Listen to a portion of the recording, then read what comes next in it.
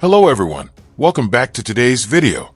In this episode, we're revisiting a sovereign citizen we've discussed before, along with the firm and straightforward Judge Oakley, who many of you respect for his no-nonsense approach. This case brings another intense courtroom moment, where clear reasoning meets unusual arguments. I wanted to make sure everything was presented properly, so you can follow along without confusion.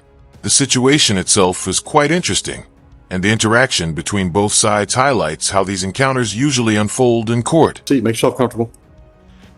All right, so Mr. Crucell, you filed a number of motions. I'm going to let you pick which one you want to deal with first. Well, this emergency motion stay needs to address the request for judicial bias and due process violation. Okay, just hold off with the argument. Hold off with the argument. The question was, what do you want to start with? Okay, so you filed something Friday. I took a quick look at it today. Is that any different than the motion to stay that you filed previously? This is just bringing the fact that all the motions I have filed. Is that a yes or no, Mr. Crucell? Well, it's covering all the judicial bias. Okay, listen to my question. Is it any different than the last motion to stay proceedings you filed? Judicial bias. Okay, just give me what you've added since the last one, because this one I haven't had a chance to read fully. The first one I read fully. Judicial bias. I just have the same straight to telling you didn't give a shit about what I had to say. Okay, hold on. Listen, Mr. Crucell, this is going to be a very long day for you if you don't listen to my questions and answer my questions. That was in the original motion to stay proceedings. I've asked you to give me whatever's new in this motion. New stuff covers just cheating green telling me to sue the Secretary of State rather than addressing the due process violations in my case. Okay, stop right there. How does that lead to why this should be stopped today? All of this is stemming from where all of this should have been stopped a while ago. That's not the way it works. Mr. Crucell, hold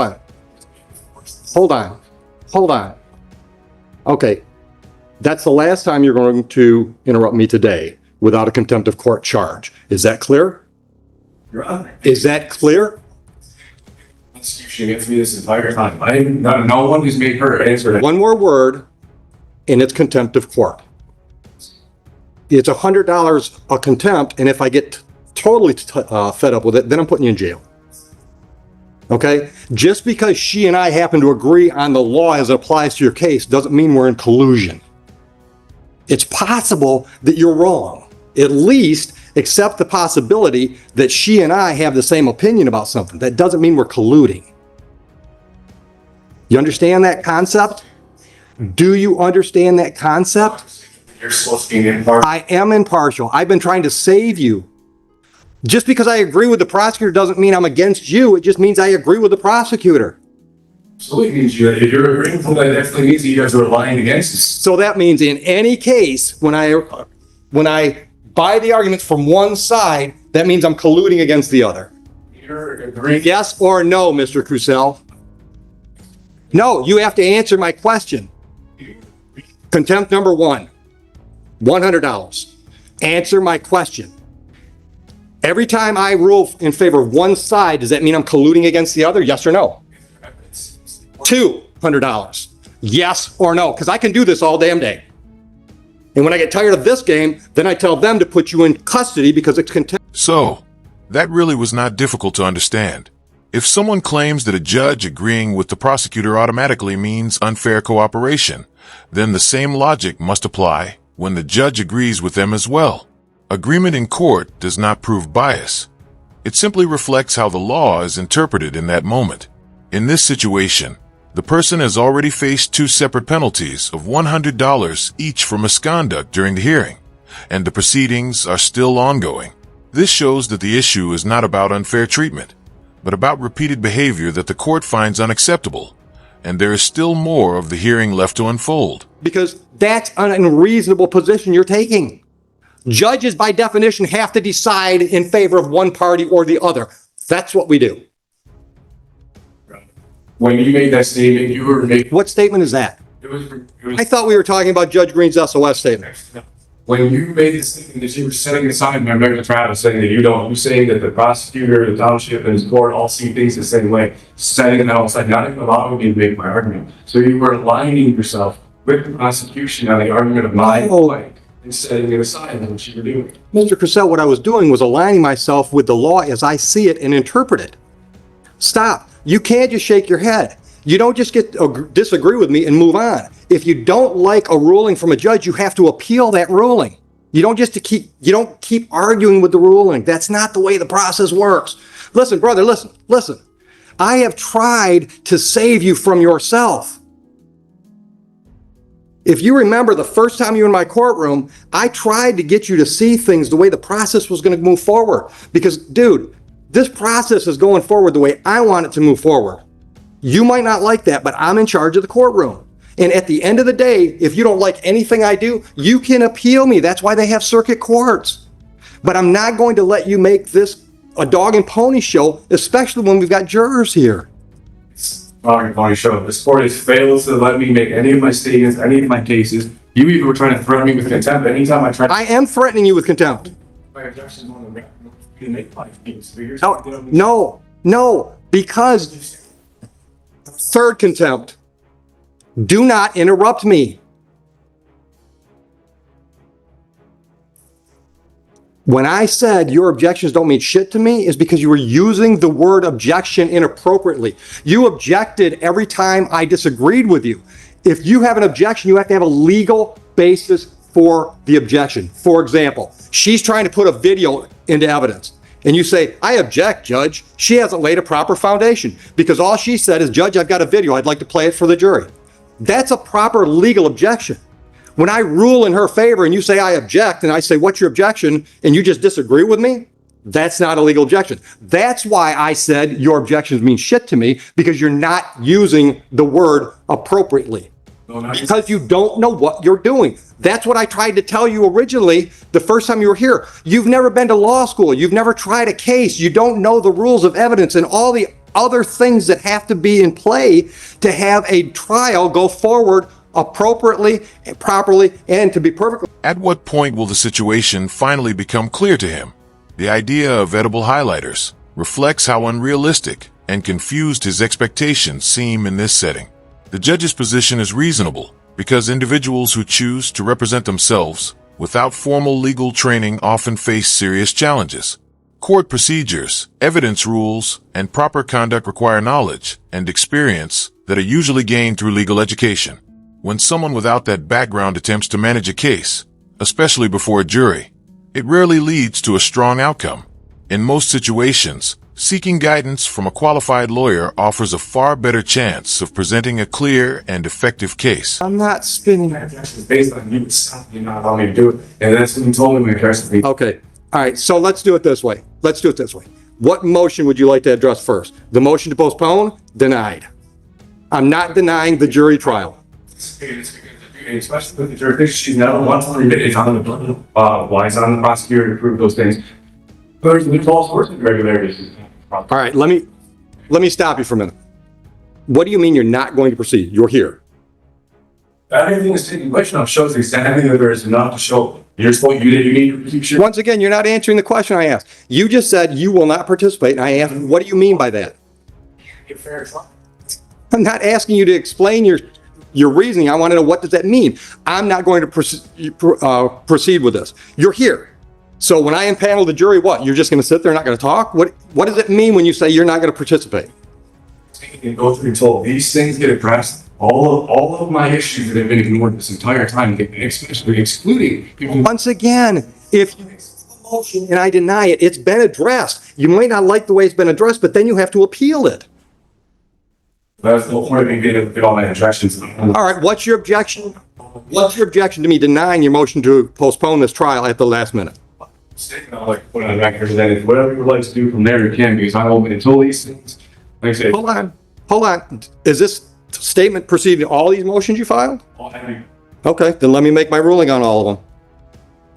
I think there's a motion to dismiss for lack of jurisdiction, correct? Okay. Would you like to respond to that one? Because I think that's already been addressed.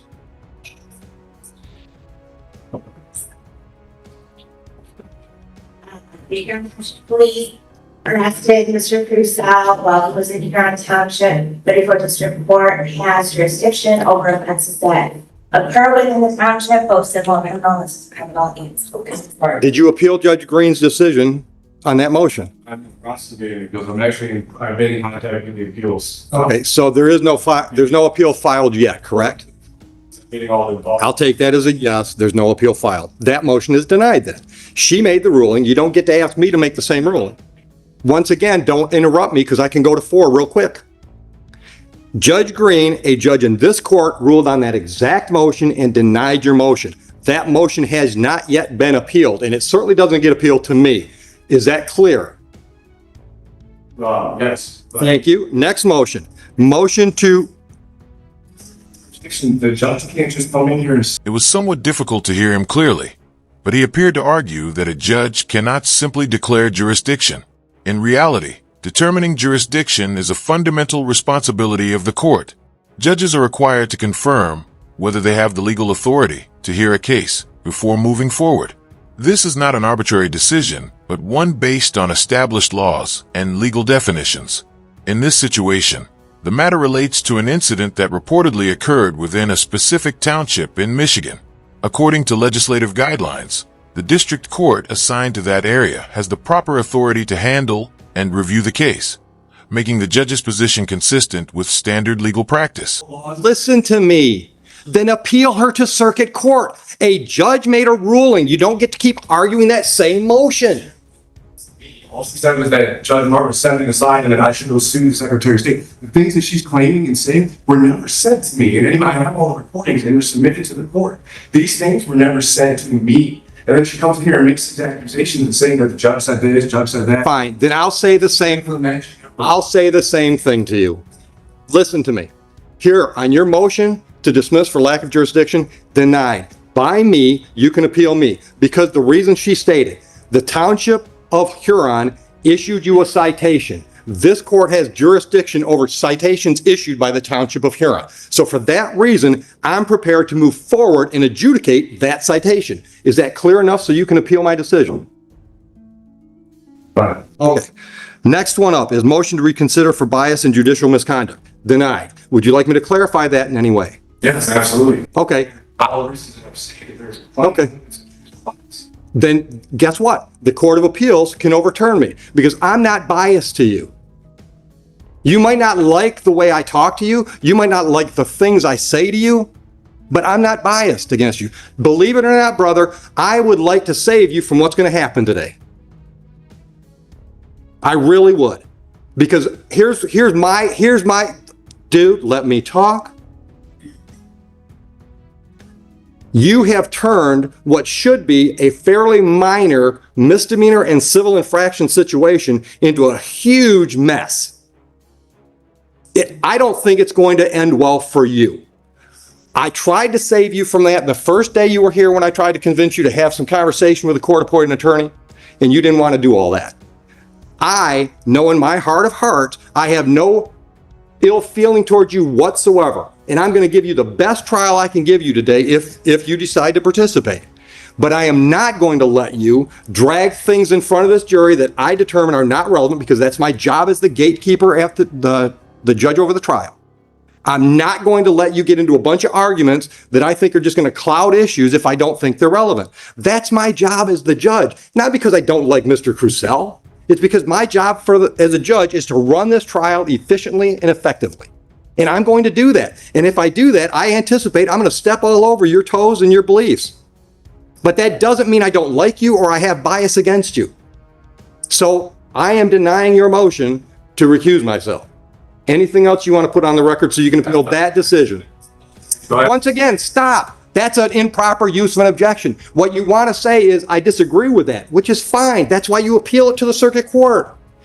But it's not an objection. What's your legal objection to my ruling? That's not a legal objection to a ruling. That's not a legal objection. So, that's 2 motions down. The next one is motion for relief from judgment. I'm assuming that's Judge Martin's decision to set aside your defaults. All right. Do you really want me to grant that motion? Because if I grant your motion, that means the default that was set aside, defaults that were set aside are reinstated. Is that really what you want today? Well, listen, the thing is, that's what I'm saying. Mr. Purcell, yes or no? You filed a motion asking me to set aside a decision that was made.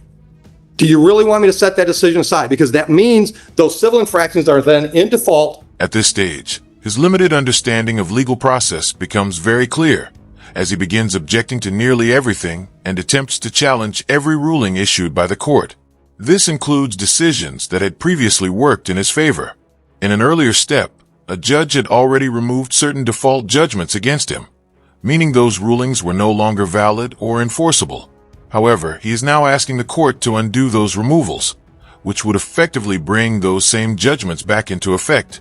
This approach reflects confusion about how legal decisions function, as reversing a favorable outcome would only place him in a more difficult position rather than helping his case. Set aside those do you want me to set aside the default set-asides? Do you want me to reinstate those default judgments? Then I'll deny that motion.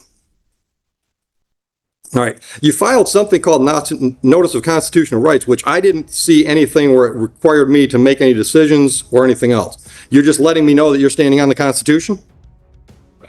So am I, all right? The emergency stay we dealt with. You also file an affidavit of non-consent. You didn't need to file paperwork for me to know you didn't consent with the proceedings, but I got the message there. Was that the only message I was supposed to get out of that document? Essentially, yeah. Okay. Prosecutors. Okay, I don't need a preachy moment. I just want to make sure I wasn't supposed to get anything else out of that affidavit other than you don't like the process that we're involved in. Next thing I had on my list was affidavit of non-consent, motion for judicial notice. What does that, judicial notice of what? Certain terms that this prosecutor keeps trying to use and apply in this case that are not the lawful terminology being used. Okay.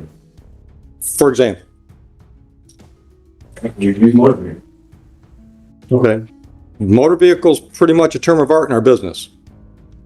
Law limits how it's being used. Absolutely. Well, then you can make those arguments. But you can't tell her she can't use that phrase. Yeah, but I'm not the trier of fact.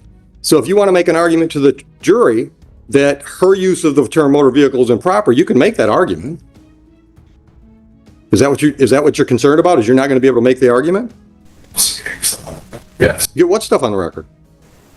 Filings. Well, I can guarantee you're not getting all these filings on the record because the jury has no reason to know about all your motions. All of this has to go. Everything that's taking place. No. Exactly. No. That's not the way it works, Mr. Cassell. That's not how it works. That's not how any of this works. No, Mr. Cassell. All right, listen, brother, listen. You don't get to tell me what my job is. I've been doing it for 25 years. Listen. Well, then that's why they have appellate courts for the fourth or fifth time. I decide what this jury gets to see today. I decide. That is, by definition, the role of the judge at a jury trial. I get to decide what goes in front of that jury. If you don't like the decisions I make, you appeal those decisions. That's the way it works. What this jury has to decide today is whether or not you violated the township ordinance on that date. Hold on. None of these legal arguments about whether or not I should recuse myself or whether or not you notice me up for constitutional rights, none of that has to go to that jury. And none of it's going to. That's why they should have tried and not emergency stop the motion to stop this. I already ruled on that. Certain back acknowledge my motions for my next travel. Nothing to do. Once again, I'm doing my function as a gatekeeper for a jury trial. I'm deciding what's relevant and what's not. And you can disagree with me that all day long. But we're going to do it, once again, we're going to do it my way. You can appeal me. I've been appealed before. I'll probably be appealed before I retire again. It's okay. That's the way the process is set up. I encourage you to appeal me. All right? I am open-minded enough to think that perhaps my mindset about your whole travel thing, maybe that's all wrong. So a circuit court judge can tell me I'm wrong. But so far, and I've ruled this way a number of times on the traveling issue, nobody's ever appealed me to lead to a circuit court judge to tell me I'm wrong. But I'm open to that idea. I said, well, you just keep, each judge has done the same thing. They just keep setting it aside and acting like it doesn't even exist, not allowing me to make my case, which is violating my my rights to be able to produce my case in my evidence. What's your case that traveling doesn't mean operating? I'm sad for the fact that this court's violated my due process rights in every way, the judicial bias and the All right, then appeal me. But today we're having a jury trial. stating an unlawful jury trial, and I think that late statement I need to get on the All right, record. but hold on a minute. Once again, I want to know what that means. You're not participating. Not participate in a jury in a trial where there is clear bias in this court against it. Okay. It violates my rights to a fair trial. 100%. And you want to keep overlooking them. I know that makes you seem like they're not a big deal, and No, your rights are a really big deal. obviously not, because if you can sit there and say that the things that are happening, the things you're saying, and just try to give these excuses, oh, just because I agree on this, you are aligning yourself with the prosecutor on my right to trial, completely setting aside, not allowing me. Mr. Purcell, no, I'm not. Listen to me. No, it's not. Listen to me. Listen to me. She could step out of the room, and I still think your travel argument is bullshit. Traveling, the right. It is true that when the Constitution was first established, automobiles did not exist, so the document does not directly address modern forms of transportation. Over time, courts have interpreted certain provisions to recognize a general freedom of movement, often described as the right to travel. However, this does not automatically extend to an unrestricted right to operate a motor vehicle. Driving is treated as a regulated activity that requires compliance with licensing, safety standards, and traffic laws set by the state. As a result, while individuals may move freely, the act of driving a car is subject to legal requirements rather than being an absolute protected right. That brings all those ordinances into play. That's my legal ruling. Appeal it. I encourage you to do that. But that whole traveling argument, which, dude, I've been through that argument a whole lot more than you have. Trust me, in the last 25 years, I've had that argument a lot.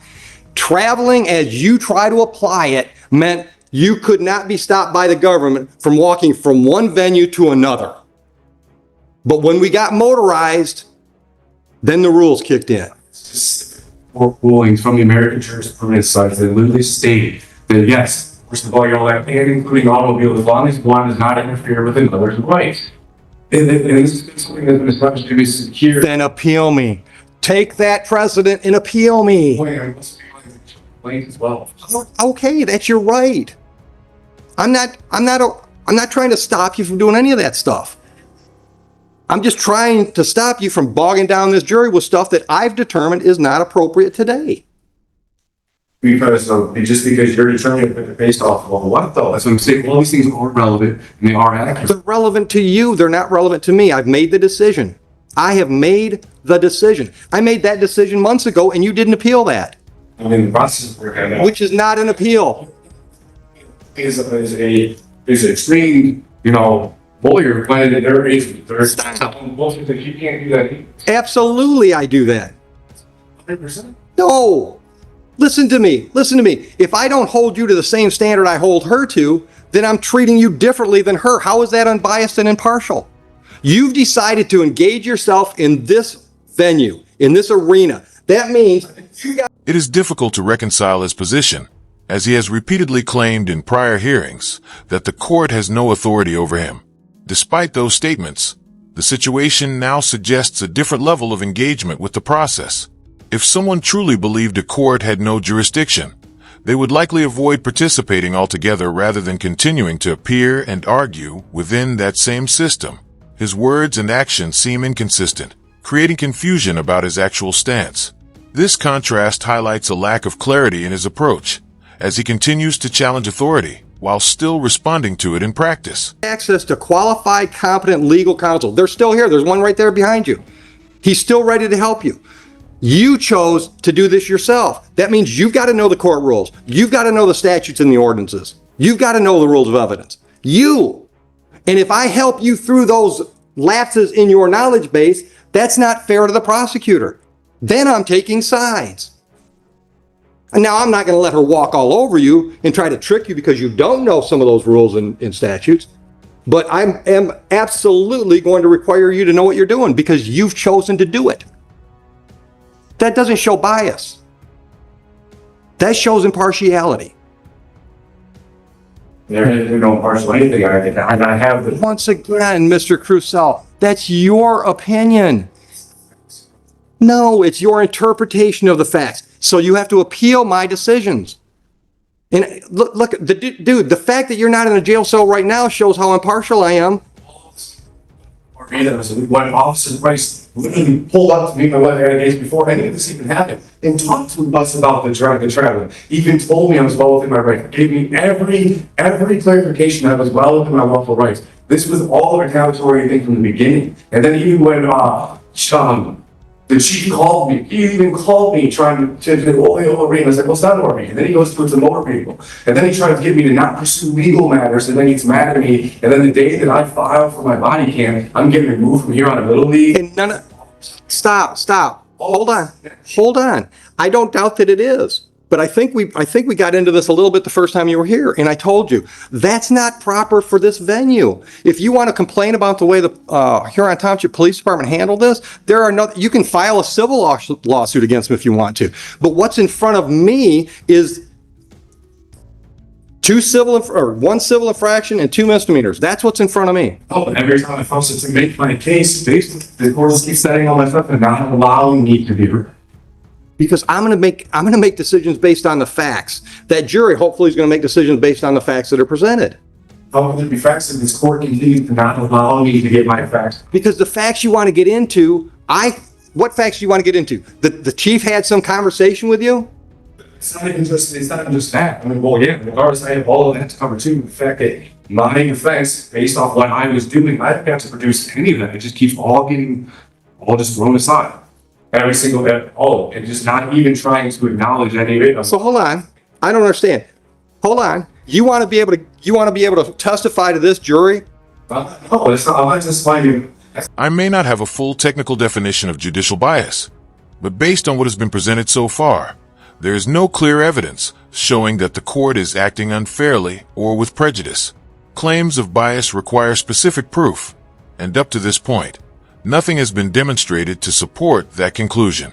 In fact, the proceedings have continued without interruption, allowing the individual to present arguments and respond to the court. This suggests that the process is being conducted in an open and consistent manner.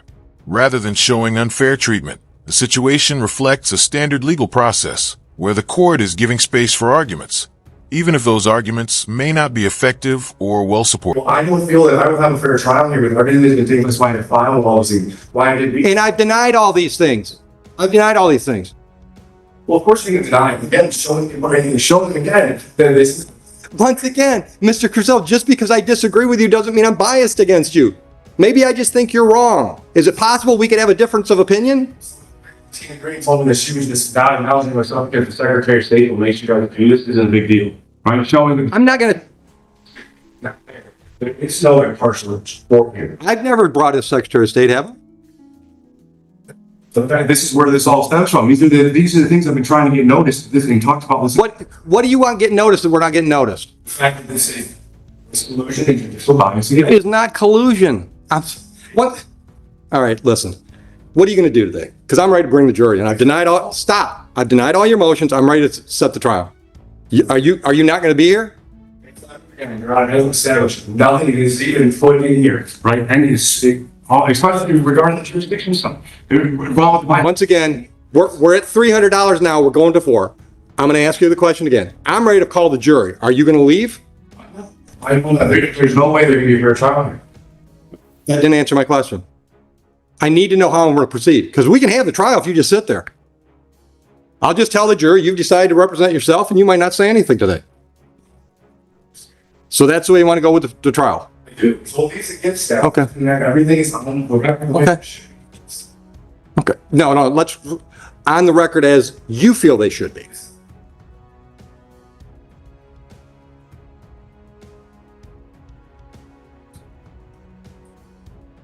I brought the sites that I left the sites at home and bring up the person's jurisdiction. And hold on. Once again, I want to just, because he just walked in the room. Once again, I want to let you know there's a very competent, experienced legal attorney here, defense attorney here, that's more than willing to help you with this if you want his help. Well, the sport actually, who was supposed to be. That ain't gonna happen. Yeah, all Anybody showing you were supposed to recuse yourself. It's in the book. And I don't think I've shown bias. That's what we keep. Once again, you and I disagree. That's okay. That's America. You have to appeal me. You don't just keep to argue. You don't get to argue the same thing over and over and over until I agree with you. That's not going to happen. I know I am not biased towards you. I also know that your ideas of how the law applies in mine are vastly different. But because I'm in the black robe and I'm in charge of this trial today, my ruling stands until a circuit court judge or some higher court tells me I'm wrong. That's just the reality of it.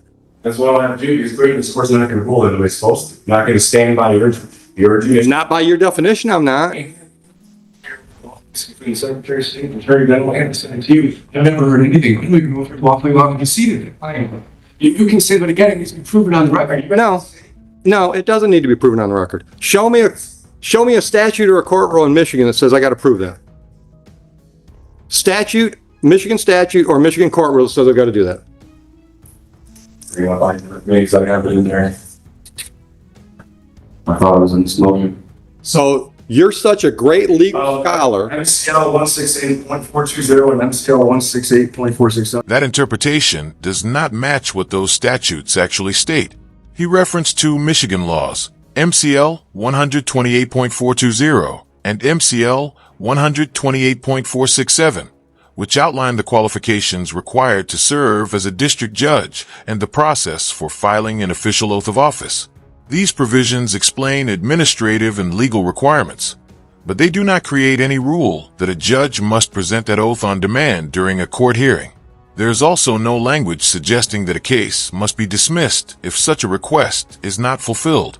This claim appears to be a misunderstanding or misrepresentation of the law, rather than something grounded in the statutes themselves.